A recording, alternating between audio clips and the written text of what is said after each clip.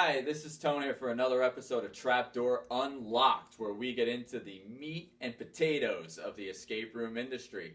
We've got a super special guest this time. I'm here with JOS-B of EscapeClues.com. So, welcome. Thank you so much for having me. I really appreciate it. We got the privilege of getting reviewed by JOS-B on his website a little while back, and we wanted to bring him in because he's obviously an expert in escape rooms. I mean, he gave us a 9.5. So, I mean, obviously he knows what he's talking about. But he's traveled to how many escape rooms? Just over 3 dozens at this point, if not more.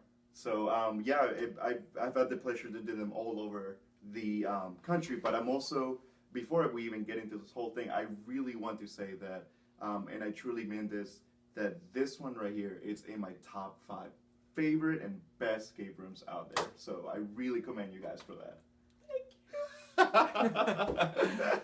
No, that means the world to us. I mean, this has been a journey that we've been, on for a long time before the escape room concept, and we didn't have a lot of time to put this together, and to know that we've made so many people happy with it, and my wife says all the time, like, it's so great watching people go through and seeing them have a great time. Yeah.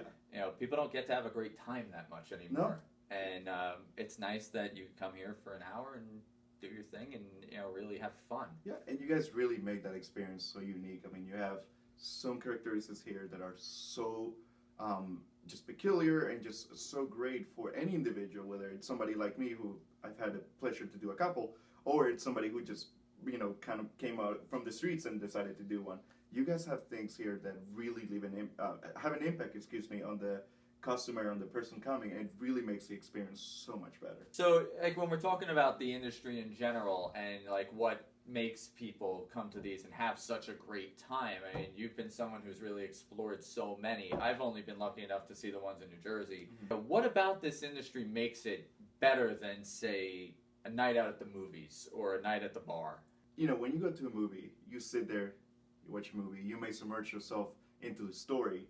But that's really it. You really can't do much. You're sitting there. You have to, you're at the mercy of the director and everyone who put the movie together. Right. When you're in an escape room, this is you. You have full control of everything. You are the one trying to unlock the pieces, trying to find the clues, trying to really get into it. I think why escape rooms, are so successful is because who, as a kid, did not want to be Sherlock Holmes? I mean, who doesn't know Sherlock Holmes?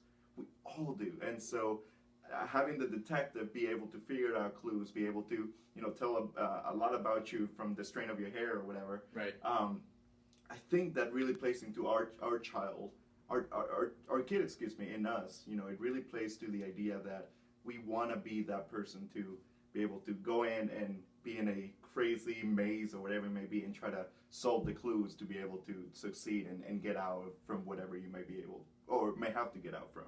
I love Scooby-Doo. So, like, something I really want to get into, especially with you, is, what makes an escape room experience better than the other? What separates this place from that place in a way that makes customers want to come back to that one more?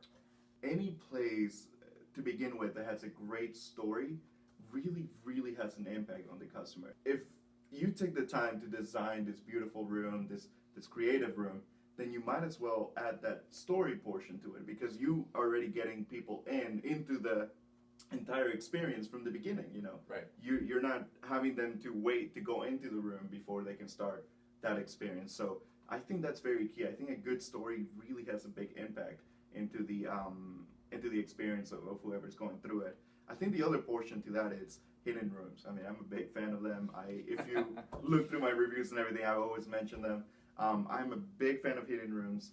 I think, again, that plays into the kid in me and to the child and really anybody who may go through here and through any escape room. And I think another piece to add to that is a very strong portion that really makes a difference in an individual is the flow of clues. You want to create clues that are hard or clues that are challenging, I should say, for people to try to find and try to solve and whatever. But you want them to make sense. You have to design a room to be able to flow just nicely among everything, so that the clue that you just solved will help you get to the next one.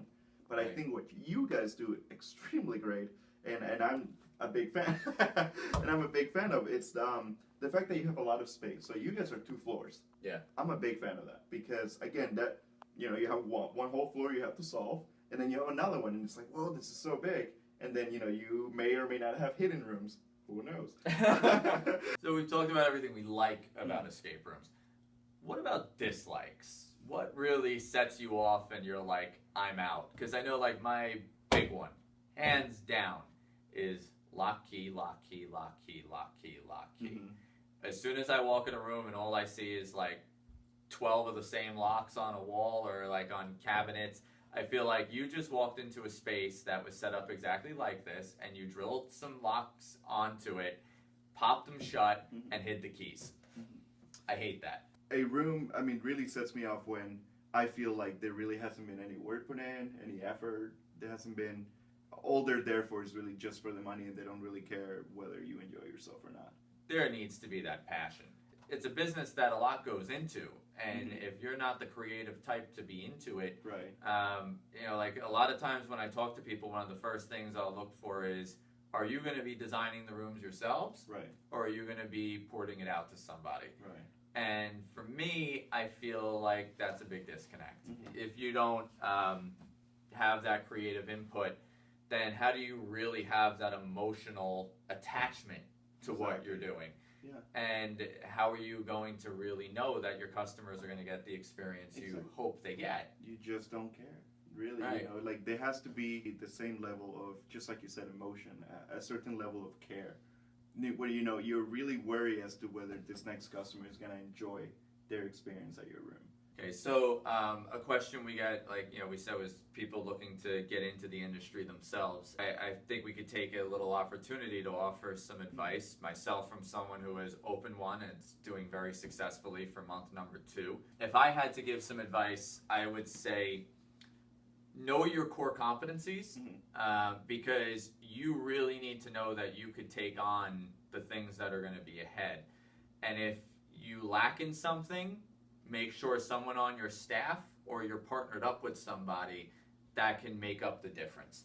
Because you're going to need to know construction, you're going to need to know how to paint, you're going to need to know how to repair every single thing you have in your room at a moment's notice. You are probably going to need to be very computer savvy.